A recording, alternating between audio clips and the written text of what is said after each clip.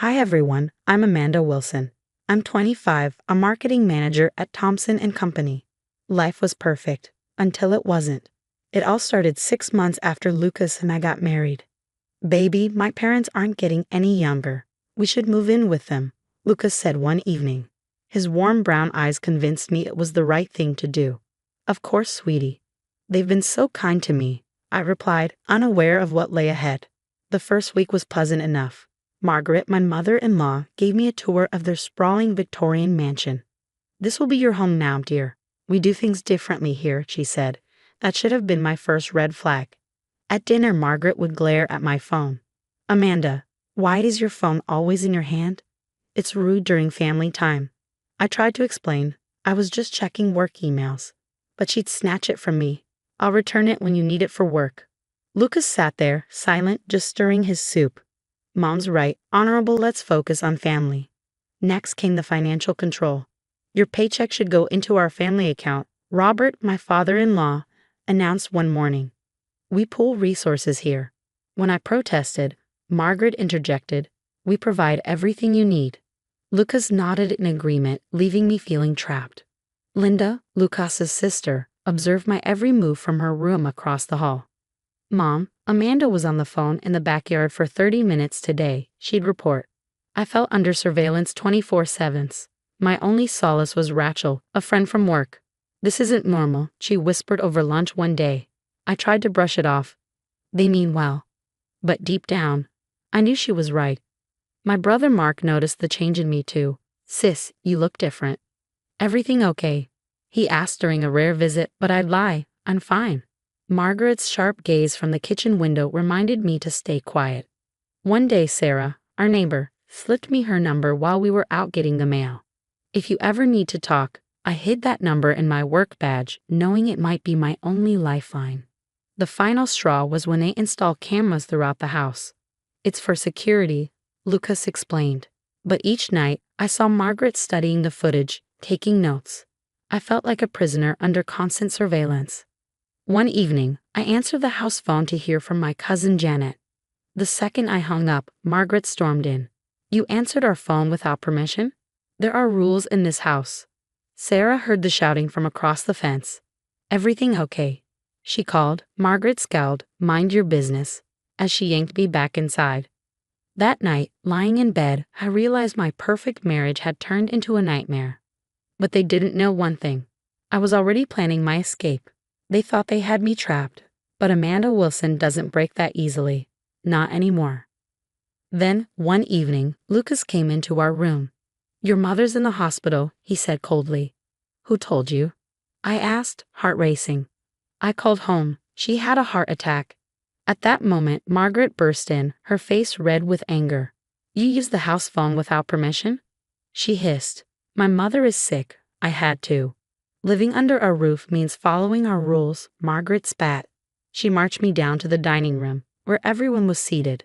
Robert smirked. Linda had her phone out, and Lucas wouldn't even look at me. If you can't follow simple rules, you don't deserve a place at this table, Margaret sneered. She grabbed my plate, threw it to the floor, and commanded, eat from the floor like the disobedient dog you are. Tears filled my eyes as I knelt down, humiliated, forcing myself to swallow the cold spaghetti as shame burned in my throat.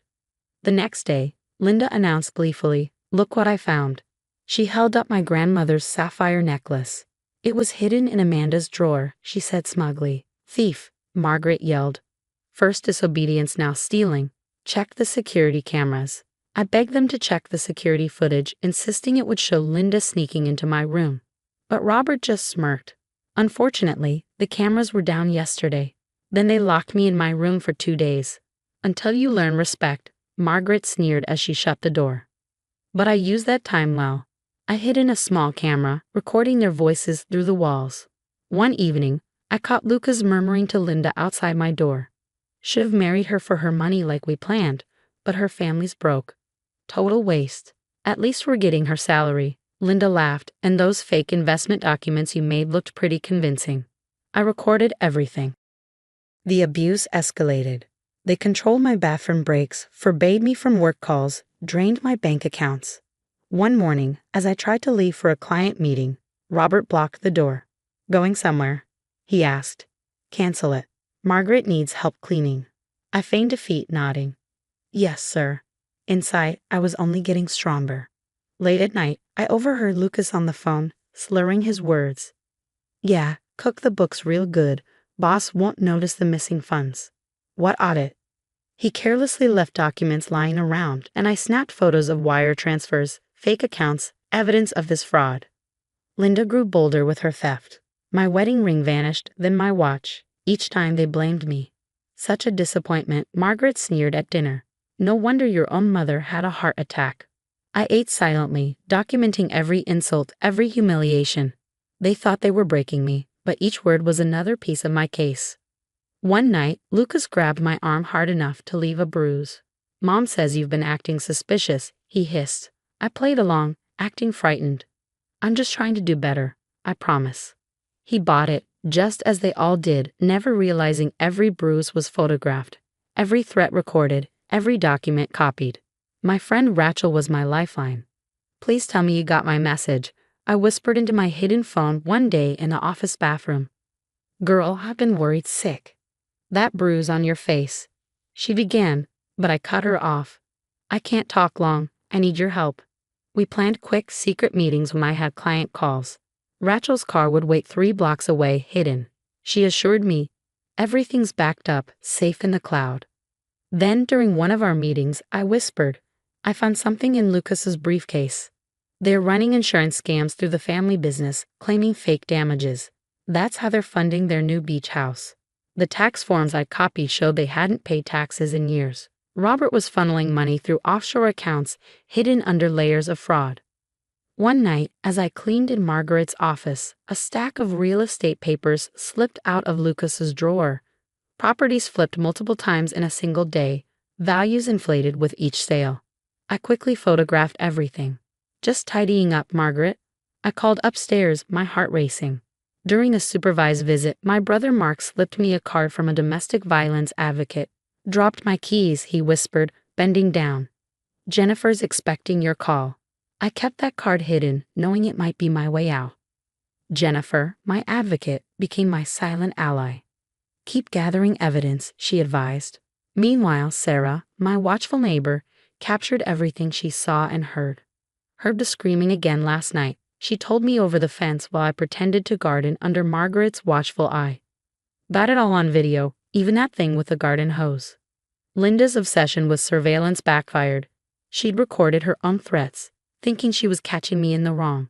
One night, when Margaret saw her footage, she shouted, "Delete that now." But it was too late. I'd already uploaded it to my evidence folder.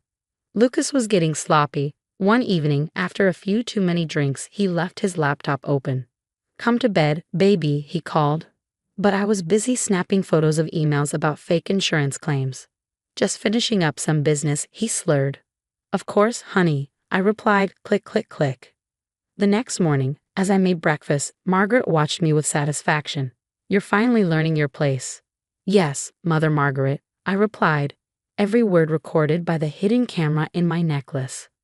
At dinner, Robert boasted, just flipped another property. Those suckers didn't see it coming. I hit record, every smirk, every sneer documented. Jennifer helped me plot every detail. Once you're ready, we move fast. Rachel had secured a safe apartment for me under her name. Mark found a fierce divorce lawyer. Then the final piece fell into place. Linda, not realizing her phone was recording, bragged on a call. We've got her trapped. She has no idea about the offshore accounts. I saved that audio directly to my folder. Sarah, ever vigilant, recorded Robert threatening me in the driveway, Margaret tossing my clothes onto the lawn, Lucas shoving me against the car. Look at this sad little bird trying to fly away. Margaret mocked me when she caught me looking out the window one night. I lowered my eyes, pretending to cower under her gaze. She thought she'd broken me. What she didn't know was that every cool move they made only equipped me with the tools to bring them down. The game was almost over, and they had no idea. They were already defeated.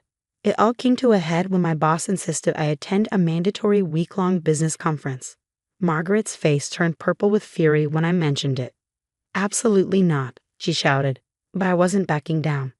It's mandatory, Mother Margaret, I calmly replied. Lucas, sensing an opportunity to keep me in line, stepped in. Let her go. We don't want her losing that paycheck. It was the perfect excuse. Rachel picked me up for the airport, and my packed suitcase was light, containing only essentials and the carefully hidden evidence I'd been gathering. As we drove away, I whispered, "Goodbye, House of Horrors." 3 days later, everything fell apart. I saw a flood of desperate voicemails from Lucas. "Amanda, answer your phone now," he pleaded. The universe was playing its hand. While I was away, Lucas's fraud had been exposed. A colleague had reported him, and soon the headlines read, "Wilson Enterprises CEO and CFO arrested for massive corporate fraud." The best part? Linda called me, begging, "You have to come back. They're investigating everything." I coldly responded, "Sorry, wrong number," before hanging up from my new apartment. The dominoes fell beautifully. IRS agents swarmed their home after someone, definitely not me, tipped them off about Robert's tax evasion. Margaret's screams were broadcast on the news when she was arrested. "This is all Amanda's fault," she shrieked, but in reality, it was their own greed that had done them in. The icing on the cake came when Linda's own theft ring was exposed. Security footage from various stores revealed her stealing the same items she had accused me of taking. It was all over the internet. "Your family's going viral," Rachel said, showing me her phone. The now infamous floor-eating video leaking during court proceedings. And then my new life began. Thompson & Co. promoted me to director of marketing. My brother Mark helped me move into my own place, my own space, my own rules. I started speaking at domestic violence support groups, sharing my story and helping others find their escape. 6 months later, Lucas tried to reach out through my lawyer, begging, "Baby, I've changed. I'm getting help." I didn't hesitate. "Save it for your cellmate," I replied. Margaret sent letters from prison. "We're still family," she wrote. I used those letters as kindling in my fireplace. As for the rest of them, they lost everything. Robert and Margaret received decade-long sentences for tax evasion. Linda got 5 years for organized retail theft.